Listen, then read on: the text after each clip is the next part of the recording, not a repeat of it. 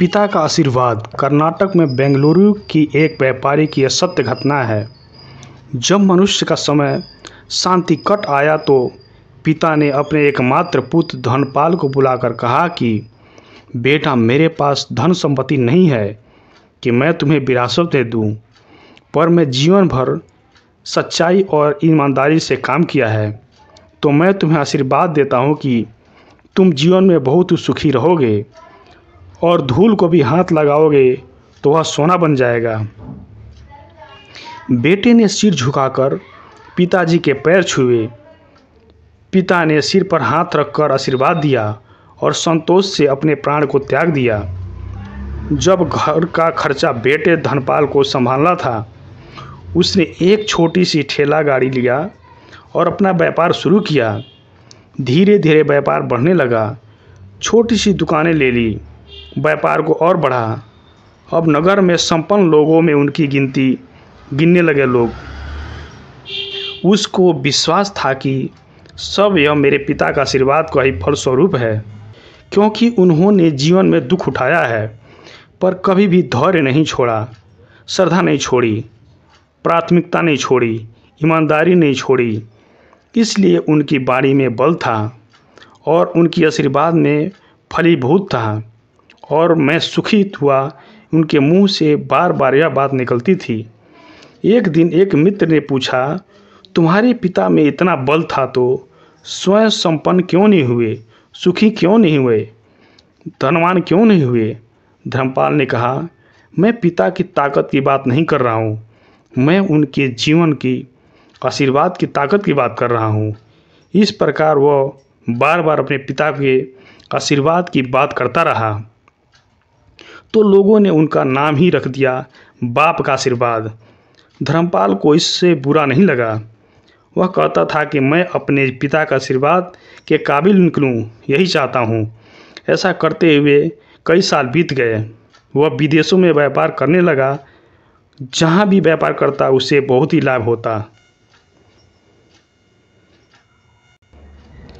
एक बार उसके मन में आया कि मुझे लाभ ही लाभ होता है, तो मैं एक बार नुकसान का भी अनुभव करना चाहता हूँ। तो उसने अपने मित्र से पूछा कि ऐसा व्यापार बताओ कि जिससे मुझे नुकसान हो।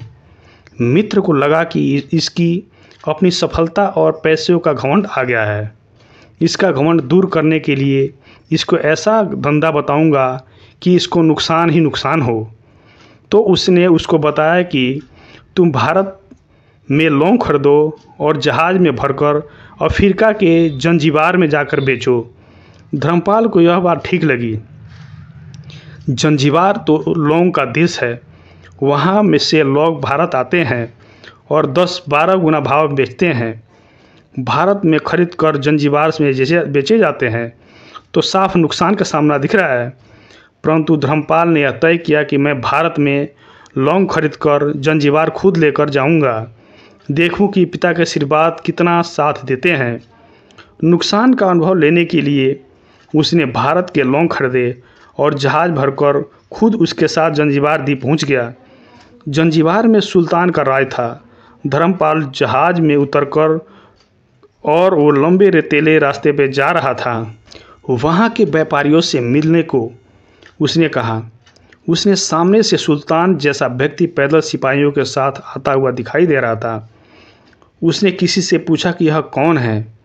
उन्होंने कहा कि यह सुल्तान है। सुल्तान ने उसको सामने देखते हुए परिचय पूछा। उसने कहा कि मैं भारत के गुजरात से खंभाल का व्यापारी हूँ और यहाँ का व्यापार करने आया हूँ। सुल्तान ने उसकी व्यापारी समझकर उसको आदर किया और उससे बात करने लगा।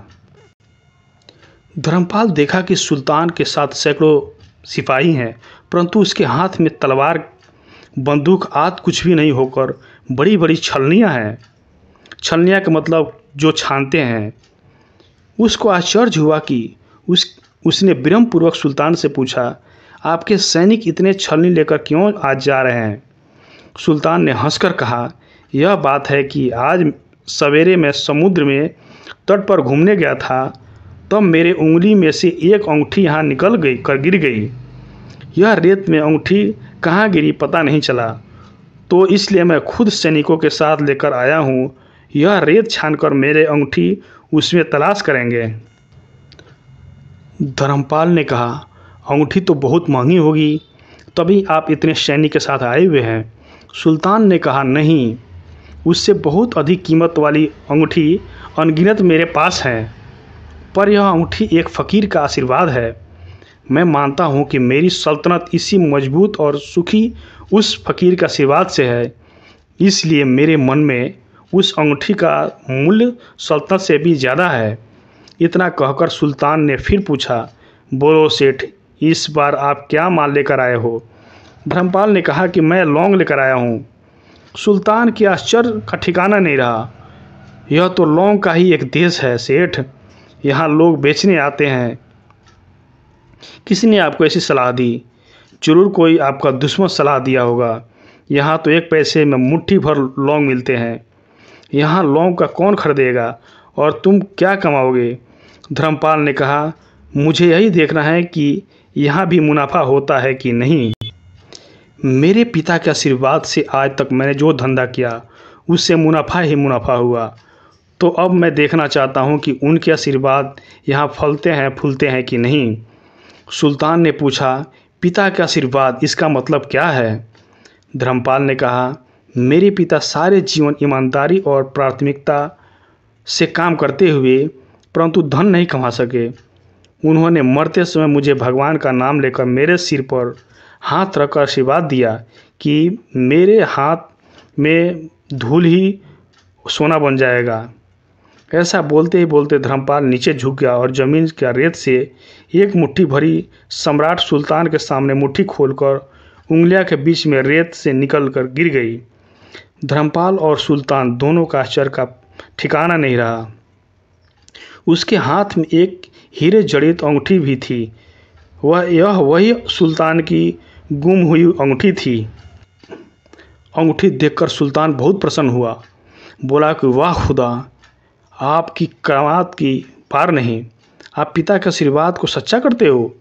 धर्मपाल ने कहा, फ़कीर के आशीर्वाद को भी परमात्मा सच्चा करता है। सुल्तान और खुश हुआ। धर्मपाल को गले लगाया और कहा, मांग सेठ, आज तू जो मांगे मैं दूंगा।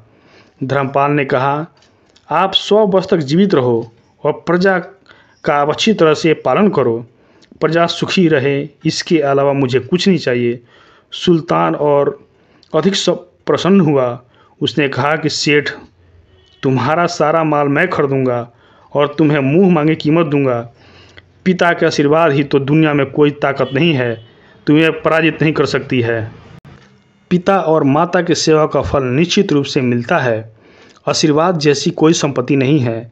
बालक के मन को जानने वाला ही माँ और भविष्य को संवारने वाला पिता, यही दुनिया के 2 महान ज्योतिष हैं। अपने बुजुर्गों का सम्मान करें, यही भगवान की सबसे बड़ी सेवा है। जय श्री राम।